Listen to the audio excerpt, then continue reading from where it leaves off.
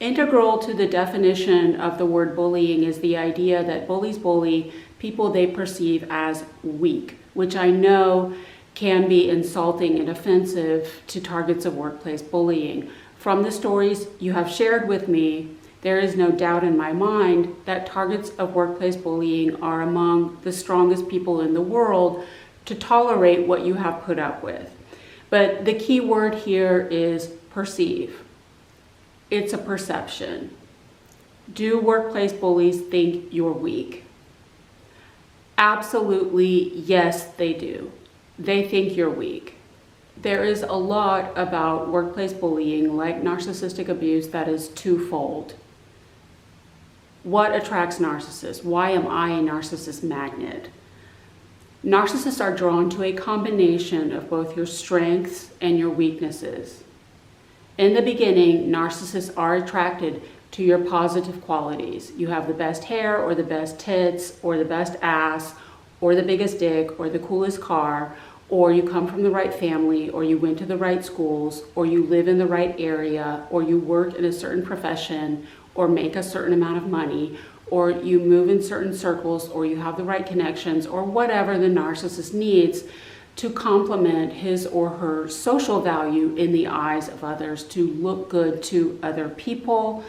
This is my car, this is my watch, this is my bitch. In that order. Because narcissists are so inherently superficial and literal-minded, if you are a physically attractive person, you probably attract the absolute scum of the earth. They're scum because they're empty.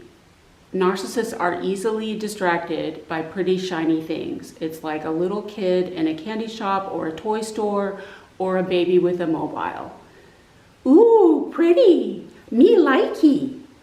On the other hand, narcissists do not target just anyone.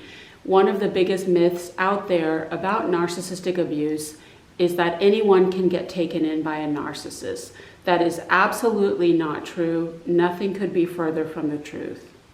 All kinds of people who are solid, secure, and confident, grounded, centered, and rooted in their integrity and their boundaries will sit across the table from a narcissist like, you know what, I'm not feeling this. I'm thoroughly unimpressed and uninspired, and this does nothing for me. All abusers are fundamentally weak, lazy cowards at heart, and they like a nice, soft, easy target. They pick off the wounded animal at the edge of the herd. They want someone who is already doing half their work for them. In the domestic violence field, it's well known that batterers prey upon people with pre-existing mental illness. And then their victims develop mental illness as a result of the abuse. It's a chicken and the egg causality problem. It's simultaneous wounding. You have pre-existing trauma, and then the abuser inflicts new trauma that you also have to deal with. Yes, initially, narcissists are just attracted to your positive qualities, but it's not just your beauty. At the same time, narcissists seek out people with pre-existing trauma, some kind of psychological, emotional, or mental weakness or vulnerability that they can manipulate, control, dominate, and exploit. Childhood trauma, mental illness, low self-esteem, special needs, or neurodivergence.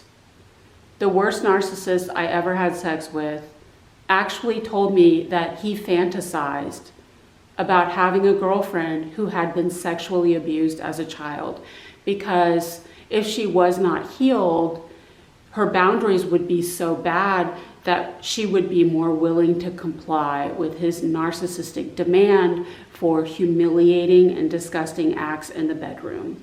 And he even made jokes about sexually assaulting someone with special needs. That's why we see all of these beautiful women with all of these totally crappy nothing guys. Their self-esteem has been destroyed by the pathological jealousy of other women. Beautiful woman who hates herself, that is a narcissist snack. Narcissistic abuse is twofold. I'm going to enjoy hurting you because you have something I don't have, Schadenfreude. And you're going to make it easy for me to hurt you because you've been hurt before. It's the same dynamic in the workplace. Yes, pretty much 99% of all workplace bullying is just a bunch of pathological jealousy. They're jealous of your positive qualities, your beauty, your intellect, your talent, your popularity, whatever you have that they think they don't have. It could be anything. At the same time, there is some weakness in you that they sense. It could just be that you're new and or lower ranked. You haven't been there as long, you don't have any supervisory capacity, you have a lower salary. They don't have to respect you because you don't have anything to offer them. And for narcissists, all relationships are transactional. You scratch my back, I'll scratch yours. Your perceived weakness could just be your protected class. They don't respect women or people of color. You may also be physically small. I know workplace bullying is different from childhood bullying, but sometimes it really is just beating up on the little guy on the playground. Workplace bullies also look down on your humanity. Niceness, kindness, politeness, civility, agreeableness, all qualities that they will capitalize on to their advantage. Yes, it's a cliche at this point, but true. They bully you because they know you won't, quote, fight back, which is not your fault. Literally the stupidest advice out there for targets of workplace bullying is to, quote, fight back. When it comes to workplace bullying, you have been read your Miranda rights. Everything you say can and will be used against you. I will personally Venmo $100 to anyone who has evidence of fighting back in the workplace that did not get them immediately fired. These people really have our hands tied. Or it could very well be that you yourself are mentally debilitated in some way. You may struggle with some kind of mental health condition, depression, anxiety, bipolar disorder, a personality disorder, and addiction. You may suffer from low self-esteem, or you may be neurodivergent or non-neurotypical and undiagnosed. And it shows. I know it's not pleasant to hear that people think you're weak. It doesn't feel good to be unfairly judged. It's hurtful. I get it. But look what passes for strength in this world.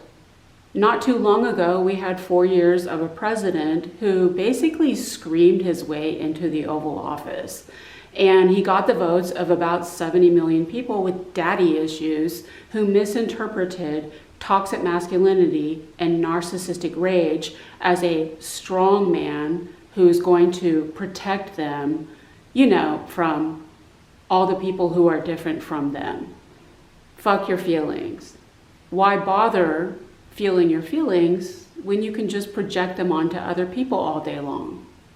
I've always said that workplace bullying is the abuse of empaths by narcissists. The most sensitive person in the workplace is the one who gets bullied. The most sensitive child in the family gets the most abuse. As always, emotionally literate people are gaslighted as not only lazy and immature, but also weak.